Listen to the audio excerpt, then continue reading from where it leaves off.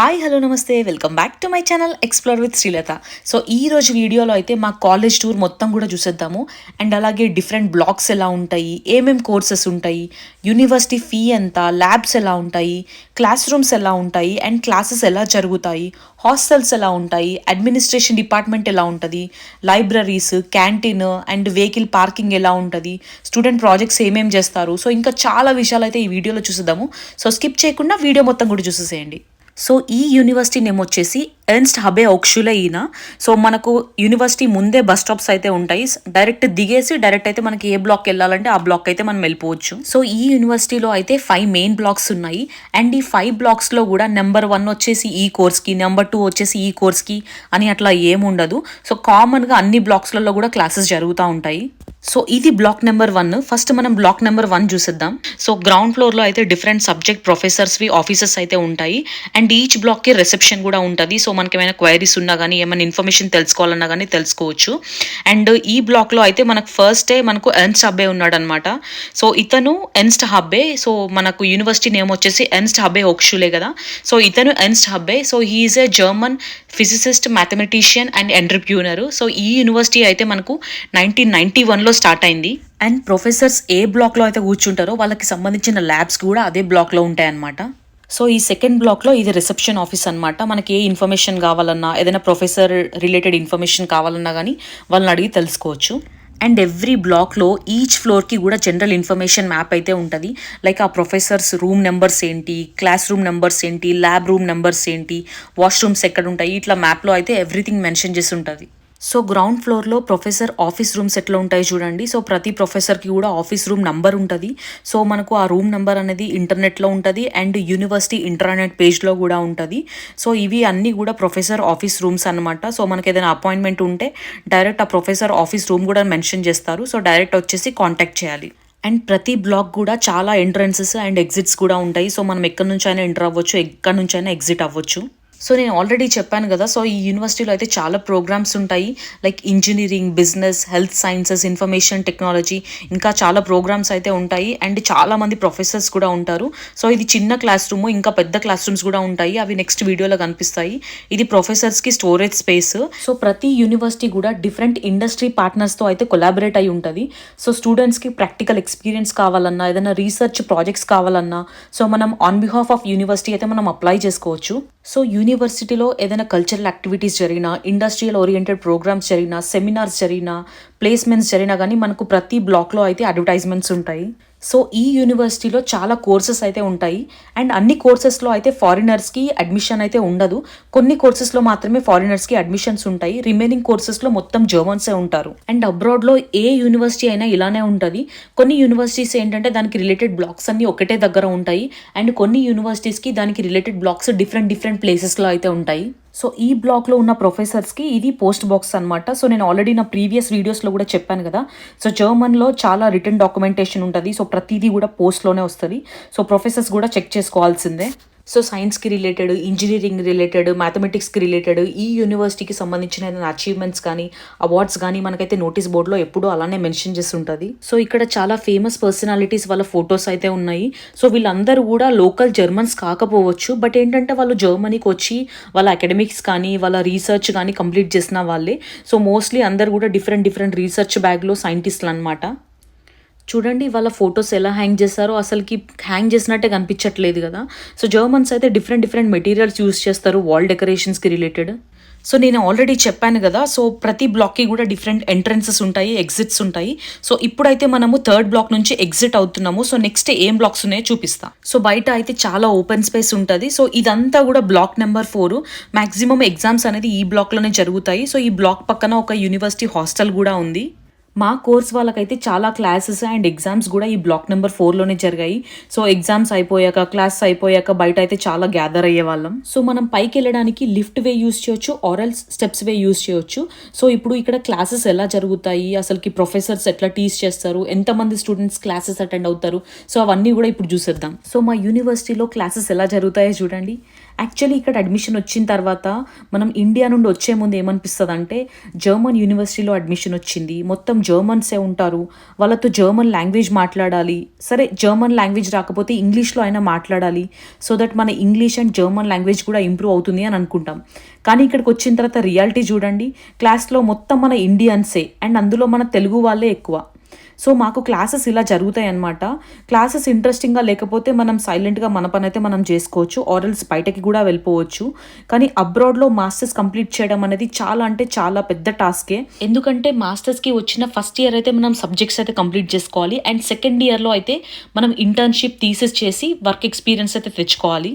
Even though professors local జర్మన్సే అయినా కానీ వాళ్ళు జర్మన్ అండ్ ఇంగ్లీష్ అయితే కామన్గా మాట్లాడతారు, బట్ సబ్జెక్ట్ విషయంలో అయితే కొంచెం స్ట్రిక్ట్గానే ఉంటారు. బట్ అపార్ట్ ఫ్రమ్ దట్ ఇంకా మనకి ఏమైనా డౌట్స్ ఉన్నా కానీ సో చాలా అంటే చాలా బాగా మాట్లాడతారు. సో జనరల్గా కోవిడ్ టైంలో అయితే మ్యాక్సిమం క్లాసెస్ కూడా ఆన్లైన్లోనే ఉండేవి, బట్ ఇప్పుడు అంతా నార్మల్ అయిపోయింది కాబట్టి మొత్తం కూడా ఆఫ్లైన్లోనే జరుగుతున్నాయి.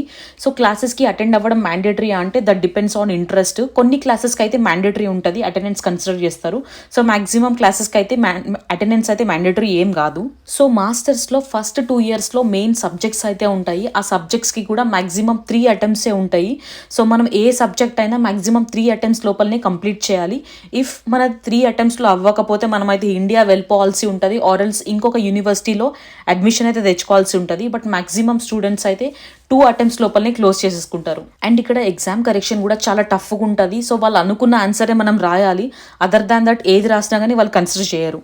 అండ్ ఇట్లా డిఫరెంట్ బ్లాక్స్లలో స్టూడెంట్ చేసిన ప్రాజెక్ట్స్ రిఫరెన్స్ లాగా పెడతారు. సో ఇదంతా కూడా యూనివర్సిటీ ముందు ఓపెన్ స్పేస్. సో ఇక్కడ వరకు కూడా స్కూటర్స్ ఉన్నా కానీ లేకపోతే సైకిల్స్ ఉన్నా కానీ ఇక్కడ కూడా తీసుకొచ్చుకొని పార్కింగ్ చేసుకోవచ్చు.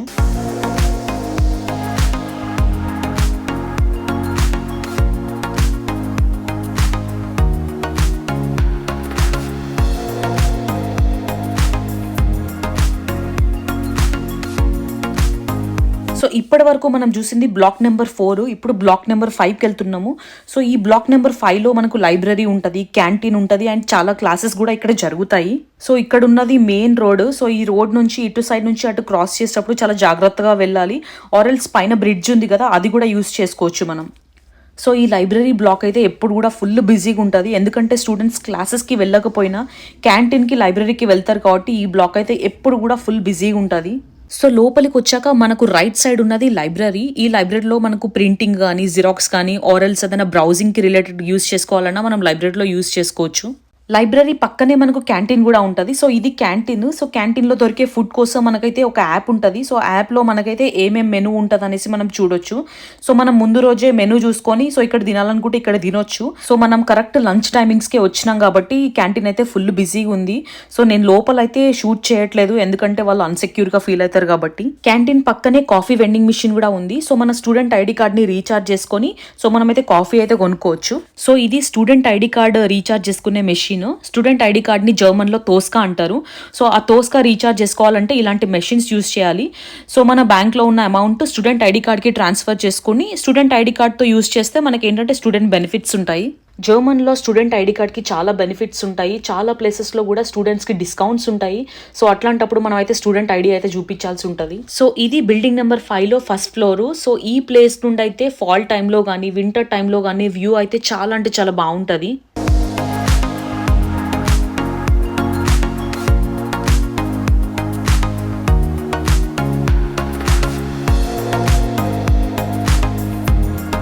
సో పైకి రాగానే డిస్ప్లేలో ఒక మెషిన్ అయితే ఉంది. సో ఈ మెషిన్ ఏంటి, దాని బ్యాక్గ్రౌండ్ ఏంటి మాకు ఎవ్వరికి తెలియదు.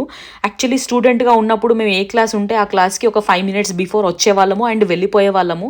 అంతేగాని ఇంత యూనివర్సిటీ టూర్ అయితే ఎప్పుడు ఎక్స్ప్లోర్ చేయలేదు. ఫస్ట్ టైము ఇప్పుడు మీకు అందరికి చూపించాలి కాబట్టి నేనైతే ఎక్స్ప్లోర్ చేస్తున్నాను. కానీ ఇదైతే పెద్ద ప్రాజెక్టే అండ్ దీని గురించి ఎక్స్ప్లోర్ చేస్తే చాలా నాలెడ్జ్ అయితే వస్తుంది. సో ఇట్లా లోపలికి వచ్చాక లెఫ్ట్ సైడ్ కొన్ని క్లాసెస్ ఉంటాయి, రైట్ సైడ్ కొన్ని క్లాసెస్ ఉంటాయి. సో మనం ఏ క్లాస్కి వెళ్ళాలి, ఆ క్లాస్ నెంబర్ తెలిస్తే మనం ఎటు కావాలంటే అటు వెళ్ళిపోవచ్చు. సో చూస్తుంటే ఏదో మ్యూజియంకి వచ్చినట్టే ఉంది కదా, ఇవన్నీ కూడా స్టూడెంట్ ప్రాజెక్ట్స్. సో అన్నీ కూడా డిస్ప్లేలో మెన్షన్ చేస్తారు. జర్మనీలో బ్యాచిలర్స్ చేసిన వాళ్ళ ప్రొఫైల్ అయితే చాలా ఇంట్రెస్టింగ్ ఉంటుంది. ఫర్ ఎగ్జాంపుల్ ఇండియాలో బ్యాచిలర్స్ చేసిన వాళ్ళు, ఫర్ ఎగ్జాంపుల్ ఎలక్ట్రికల్ స్టూడెంట్ అనుకోండి.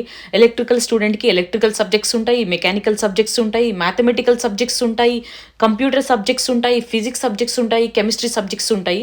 వేరాజ్ జర్మనీలో బ్యాచిలర్స్ చేసిన వాళ్ళకి ఒకటే సబ్జెక్ట్స్ పైన ఫుల్ ఫోకస్ ఉంటుంది. అండ్ వాళ్ళ రెజ్యూమేలో ప్రొఫైల్లో కూడా ఆ సబ్జెక్ట్కి రిలేటెడ్ ప్రాజెక్ట్సే ఉంటాయి. అండ్ వాళ్ళు ఆ సబ్జెక్ట్కి రిలేటెడ్ జాబ్ ఆపర్చునిటీస్ మాత్రమే వెతుక్కుంటారు.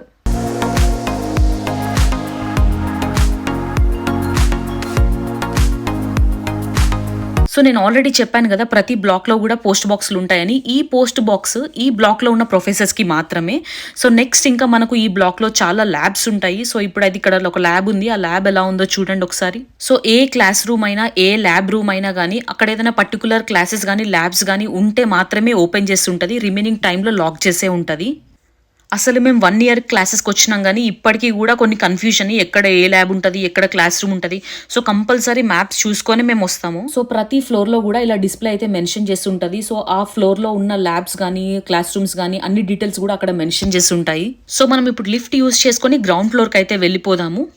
సో నేను ఆల్రెడీ నా ప్రీవియస్ వీడియోస్లో చెప్పాను. సో జర్మన్లో చాలా పబ్లిక్ యూనివర్సిటీస్ ఉన్నాయి where they are offering free education. So మీరు వేరే కంట్రీ యూనివర్సిటీతో కంపేర్ చేసుకుంటే సో వాళ్ళైతే 30, 40, 50 lakhs ఇన్వెస్ట్మెంట్ అయితే పెడతారు. సో ఆ 40 lakhs ఇన్వెస్ట్మెంట్ క్లియర్ చేయడానికి ఆల్మోస్ట్ 2 years పార్ట్ టైమ్స్ చేస్తూనే ఉంటారు. వేరాజ్ ఇన్ జర్మనీ సో మనమైతే ఇక్కడ యూనివర్సిటీకి మనం ఏం పే చేయట్లేదు. బట్ మనం వచ్చేటప్పుడు ఒక 10 lakhs మనమైతే తెచ్చుకుంటున్నాము. ఎందుకంటే మనం వచ్చిన ఫస్ట్ 1 yearలో మనం ఏమి పార్ట్ టైమ్స్ చేయకుండా మనం సబ్జెక్ట్స్ క్లియర్ చేసుకోవడానికి. ఒకవేళ ఆ 10 lakhs పర్సనల్ సేవింగ్స్ కాకుండా లోన్స్ తీసుకున్నా కానీ ఆ 10 lakhs క్లియర్ చేయడం కూడా చాలా ఈజీయే. ఎందుకంటే ఇక్కడ మనము ప్రతి స్టూడెంట్ కూడా పార్ట్ టైమ్స్ చేసుకోవచ్చు. సో లాస్ట్ ఇయర్ వరకు కూడా మనం 120 full days or 240 half days అయితే మనం వర్క్ చేసుకునే వాళ్ళం. బట్ ఈ ఇయర్ నుంచి కొత్త లా ఏంటంటే 140 full days or 280 half days అయితే మనం వర్క్ చేయొచ్చు. అండ్ హవర్లీ వేజెస్ కూడా 13 to 14 euro per hour అయితే ఉంటుంది. అండ్ వన్స్ జర్మనీలో డిగ్రీ కంప్లీట్ చేసిన తర్వాత మనకు ఆపర్చునిటీస్ కూడా చాలా ఉన్నాయి. అండ్ ద బెస్ట్ పార్ట్ ఏంటంటే స్టూడెంట్ వీసాతో మనం చాలా కంట్రీస్ అయితే ఎక్స్ప్లోర్ చేయొచ్చు యూరోప్లో. సో యూనివర్సిటీకి మనం ఏం పే చేయని అవసరం లేదా అంటే యూనివర్సిటీకి అయితే మనం సెమిస్టర్ ఫీ అయితే పే చేయాలి. సో చిన్న సిటీలో ఉన్న యూనివర్సిటీకి అయితే 250 euros ఫీ ఉంటుంది. అండ్ పెద్ద సిటీలో ఉన్న వాటికైతే 350 euros ఫీ ఉంటుంది. సో ఇందాక చెప్పా కదా, బిల్డింగ్ 5 నుంచి బిల్డింగ్ 2కి వెళ్ళడానికి మనకైతే పైన బ్రిడ్జ్ ఉంటుంది. సో ఈ బ్రిడ్జ్ యూజ్ చేసుకొని మనమైతే ఈ బ్లాక్ నుంచి ఆ బ్లాక్ అయితే వెళ్ళొచ్చు.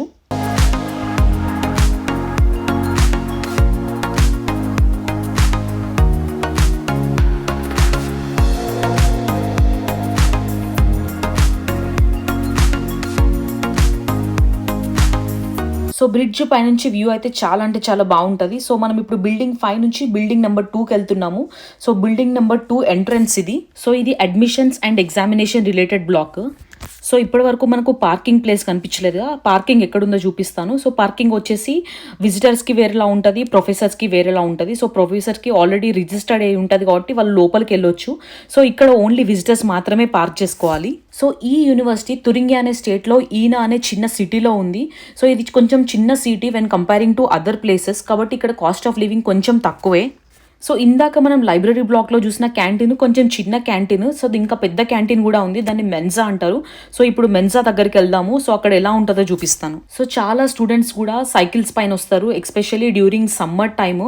సో అందుకోసమని సైకిల్ పార్క్ ప్లాట్స్ అయితే చాలా ప్లేసెస్లో ఉన్నాయి. సో ఇప్పుడు పెద్ద క్యాంటీన్కి వెళ్దాము, దట్ మీన్స్ మెన్జాకి వెళ్ళడానికి 4th బ్లాక్ నుంచి అటు సైడ్ నుంచి అయినా వెళ్ళొచ్చు, ఇటు సైడ్ నుంచి అయినా వెళ్ళొచ్చు. సో మనం ఇటు సైడ్ నుంచి వెళ్తున్నాము. సో ఇతని పేరు కళ్యాణ్. సో కళ్యాణ్ ఎందుకు మనతోనే ఉన్నాడు ఈ వీడియోలో అంటే, సో కళ్యాణ్ వచ్చేసి యూనివర్సిటీ పక్కన ఉన్న హాస్టల్లోనే ఉంటాడు. సో మనకంటే ఎక్కువ కళ్యాణ్కి తెలుసు యూనివర్సిటీలో ఎక్కడ ఏముంది అనేసి. సో కళ్యాణ్ని రిఫరెన్స్ తీసుకొని యూనివర్సిటీ అంతా కూడా మనం ఎక్స్ప్లోర్ చేస్తున్నాం ఇప్పుడు. సో ఇక్కడ ఇంకొక పార్క్ ప్లాట్స్ అయితే ఉంది. సో ఈ park plots specially for the professors and registered వెహికల్స్కి మాత్రమే. ఎందుకంటే రిజిస్టర్డ్ ఉంటే వాళ్ళకైతే యాక్సెస్ ఉంటుంది. సో రిమైనింగ్ వాళ్ళకైతే లోపలికి రావడానికి అయితే యాక్సెస్ లేదు. అండ్ ఈ యూనివర్సిటీ కూడా చాలా ప్లేస్లో ఉంటుంది అండ్ ఎక్స్ప్లోర్ చేయడానికి చాలా టైం అయితే పడుతుంది. సో నేను ఏంటంటే పైన ఎక్స్ప్లోర్ చేస్తున్నాను. వెళ్తున్నాను ఇప్పుడు మీకు చూపించడం కోసం ఎక్కడ ఏముంది అనేసి. సో ఇందాక డిస్కస్ చేశాం కదా యూనివర్సిటీ పక్కనే హాస్టల్ ఉందనేసి, ఇదే ఆ యూనివర్సిటీ పక్కనున్న హాస్టల్. సో ఈ హాస్టల్లో ఉన్న వాళ్ళైతే ఏమైనా క్లాసెస్ ఉన్నా డైరెక్ట్ వెళ్ళిపోవచ్చు, ఆర్ ఎల్స్ క్లాసెస్ లేకపోయినా క్యాంటీన్ కి వెళ్ళాలన్నా కూడా వెళ్ళొచ్చు. సో హాస్టల్ పక్కనే మనకు క్యాంటీన్ అయితే ఉంది. సో చాలా మంది కూడా ఇక్కడే లంచ్ చేస్తారు. సో ఇందాక చెప్పాం కదా స్టూడెంట్ ఐడి కార్డ్ లో రీఛార్జ్ చేసుకొని మనం అయితే ఇక్కడ పే చేయాలి. ఒకవేళ స్టూడెంట్ ఐడి కార్డ్ లేకపోతే నార్మల్ కూడా పే చేయొచ్చు, బట్ నార్మల్ గా అయితే కొంచెం ఎక్స్ట్రా పేమెంట్ ఉంటుంది. So this is our Mensa.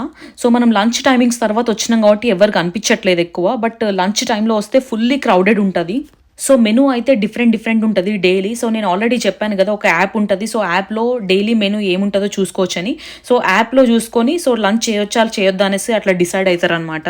German ఫుడ్లో అయితే చాలా రిచ్ న్యూట్రియంట్స్ ఉంటాయి, ఎందుకంటే వాళ్ళు ఎక్కువ రా వెజిటబుల్స్ తింటారు.